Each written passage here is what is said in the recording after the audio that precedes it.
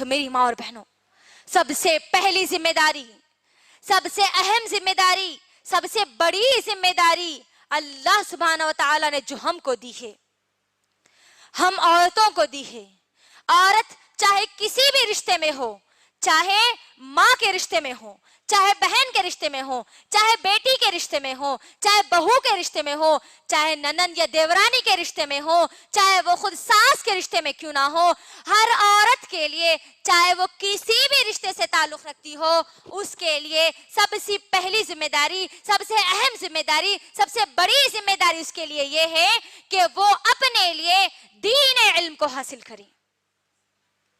سب سے بڑی ذمہ داری ہے میری ماں اور بہنوں، دین کے علم کو حاصل کرنا ہر مسلمان عورت کی ذمہ داری ہے، اور یہ ذمہ داری اللہ سبحانہ و تعالیٰ نے ہم تمام لوگوں کو دی ہے. اب جب ذمہ داری دی ہے میری ماں اور بہنوں، تو میں ایک اور حدیث بھی آپ کے درمیان رکھ دیتی ہوں. صحیح مسلم کی حدیث ہے، بخاری کی بھی حدیث ہے، بخاری اور مسلم دونوں کی حدیث ہے. اللہ کے رسول صلی اللہ علیہ وسلم فرماتے ہیں کہ ہر شخص ذمہ دار ہے. غور سے سنیے میری بہنوں، ہر شخص ذمہ دار ہے، اور ہر شخص سے اس کی ذمہ داری کے مطابق سوال کیا جائے گا. ایک حاکم، ایک لیڈر کی ذمہ داری اس کے عوام کی ذمہ داری ہے، اس سے کل اس کے عوام کے بارے میں سوال کیا جائے گا. ایک مرد اپنی بیوی، اپنے گھر والوں پر ذمہ دار ہے، اور اس سے کل قیامت کے دن اس کی ذمہ داری کے بارے میں سوال کیا جائے گا. عورت اپنے شوہر کے گھر کی ذمہ دار ہے، شوہر کے بچوں کی ذمہ دار ہے، شوہر کے مال کی ذمہ دار ہے، اور کل قیامت کے دن اس عورت سے اس کی ذمہ داری کے بارے میں سوال کیا جائے گا. گویا ہر عورت ذمہ دار ہے، ہر انسان ذمہ دار ہے، اور ہر ایک سے اس کی ذمہ داری کے بارے میں سوال کیا جائے گا. غور کریے، سب سے پہلی ذمہ داری اللہ نے مجھے اور آپ کو یہاں پر بتلا دی کہ علم دین کو حاصل کرنا ہے. غور کریے میری بہنوں کہ یہ علم دین حاصل کرنے کی ذمہ داری ہم نے کتنی ادا کی ہے، کتنی ہم کو ادا کرنا ہے. کیا ہمارے پاس اتنا وقت ہے کہ ہم کہہ دیں کہ آج نہیں کل میں سیکھ لوں گی، ابھی تو میں جوان ہوں، بوڑھی ہونے کے بعد سیکھ لوں گی؟ بولیے، کیا ہمارے پاس اتنا وقت ہے؟ نہیں میری ماں اور بہنوں، نہیں ہے. آپ اس بھروسے پر مت رہیے کہ کوئی مولانا آپ کو آ کر سکھا دیں گے، آپ کی شادی کے بعد آپ کا شوہر آپ کو سکھا دے گا، آپ کے مائکے میں نہیں سیکھے، آپ کے سسرال میں جانے کے بعد علم دین کو سیکھ لیں گے.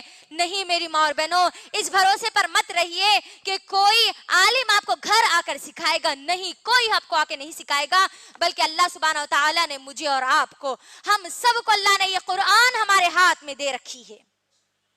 قرآن دینے کے بعد اس بات کا انتظار مت کرو کہ کوئی آ کر آپ کو علم دین سکھائے گا. قرآن ہمارے پاس آنے کے بعد اللہ مجھے اور آپ کو، ہر شخص کو پوچھے گا یہ قرآن آنے کے بعد تو نے کتنا علم حاصل کیا. کیونکہ میری بہنوں، غور کرنے والی بات یہ ہے کہ اللہ سبحانہ و تعالیٰ نے اس قرآن کا جو سب سے پہلا فیصلہ جو اللہ نے نازل کیا، سب سے پہلا حکم جو اللہ نے نازل کیا، سب سے پہلی وحی جو اللہ نے نازل کی، سب سے پہلا پیغام جو اللہ نے نازل کیا، وہ پیغام، وہ وحی، وہ فیصلہ علم کی بنیاد پر ہے، علم کے لیے کہا گیا ہے. سورہ علق کی ابتدائی 5 آیاتیں میری ماں اور بہنوں سب سے پہلے نازل کی گئی، اور ان آیات میں کیا بتایا گیا؟ اعوذ باللہ من الشیطان الرجیم، بسم اللہ الرحمن الرحیم، اقرأ بسم ربک الذی خلق، خلق الانسان من علق، اقرأ وربک الاکرم الذی علم بالقلم. اللہ نے یہ آیتیں سب سے پہلے نازل کی ہے. غور کریے میری بہنوں، سب سے پہلا حکم مجھے اور آپ کو، ہر انسان کو، ہر مسلمان کو اللہ سبحانہ و تعالیٰ نے علم سیکھنے کی دی ہے. یہ ذمہ داری آج ہم کتنی ادا کر رہے ہیں؟ سوال کریے اپنے آپ سے سوال کریے کہ آج میں علم حاصل کرنے کے لیے کیا کر رہی ہوں، جبکہ اللہ نے پہلا حکم یہی نازل کیا. میری بہنوں غور کریے. اس کے ساتھ ساتھ سنیے ابن ماجہ کی حدیث. اللہ کے رسول صلی اللہ علیہ وسلم فرماتے ہیں، ابن ماجہ جلد نمبر 1 حدیث نمبر 224، اللہ کے رسول صلی اللہ علیہ وسلم فرماتے ہیں، ہر مسلمان کے لیے چاہے وہ مرد ہو یا عورت، علم کا سیکھنا ضروری فرض ہے. علم کا حاصل کرنا ہر مرد اور عورت پر فرض ہے. غور کریے میری بہنوں، جس طریقے سے نمازوں کی پابندی کرنا ہمارے لیے فرض ہے، جس طریقے سے رمضان کے روزے رکھنا ہمارے لیے فرض ہے، جس طریقے سے اللہ نے ہم کو استطاعت دی ہے، زکوٰۃ ہم کو اگر ہمارے مال میں نکلتی ہے تو زکوٰۃ دینا جس طریقے سے فرض ہے، جس طریقے سے حج کرنا فرض ہے، اسی طریقے سے میرے اور آپ کے لیے، ہر مسلمان عورت کے لیے، ہر مسلمان مرد کے لیے علم دین کو حاصل کرنا، اس قرآن کے علم کو حاصل کرنا فرض ہے۔ یاد رکھیے میری بہنوں، یاد رکھیے، اس کے اندر ایک اور بات سمجھنے اور غور کرنے کی ہے۔ جو لوگ یہ کہتے ہیں کہ علم سیکھنے کا معاملہ صرف مردوں کے حد تک ہے، اس آیت پر غور کرنے سے ہم کو یہ بات معلوم ہوتی ہے کہ اللہ نے کہا کہ اقرأ، پڑھو، بسم ربک الذی، اپنے رب کے نام سے پڑھو۔ تو اللہ نے اس آیت میں یہ نہیں کہا میری بہنوں کہ اے مردوں تم پڑھو، اے عورتوں تم پڑھو، نہیں، مرد اور عورت ہر ایک کو مخاطب کر کے یہاں پر بیان کیا گیا ہے۔ غور کرنا میری بہنوں، تو علم دین کو حاصل کرنا ہم سب کی سب سے پہلی اور سب سے بڑی ذمہ داری ہے۔ اب میری ماں اور بہنوں، جب ہم لوگ یہ سمجھتی ہیں کہ قرآن کا علم مجھے اور آپ کو حاصل کرنا ہے، سیرت نبوی صلی اللہ علیہ وسلم کا علم مجھے اور آپ کو حاصل کرنا ہے، تو میرا آپ تمام لوگوں سے ایک سوال ہے میری ماں اور بہنوں، اس سوال کا جواب دینے کی کوشش کرنا۔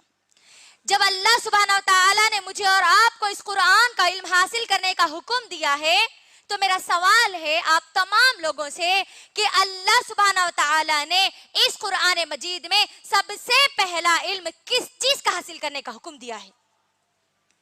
کوئی مجھے بتا سکتے ہیں کہ اللہ سبحانہ و تعالیٰ نے قرآن مجید میں سب سے پہلا علم کس چیز کا حاصل کرنے کا حکم دیے ہیں؟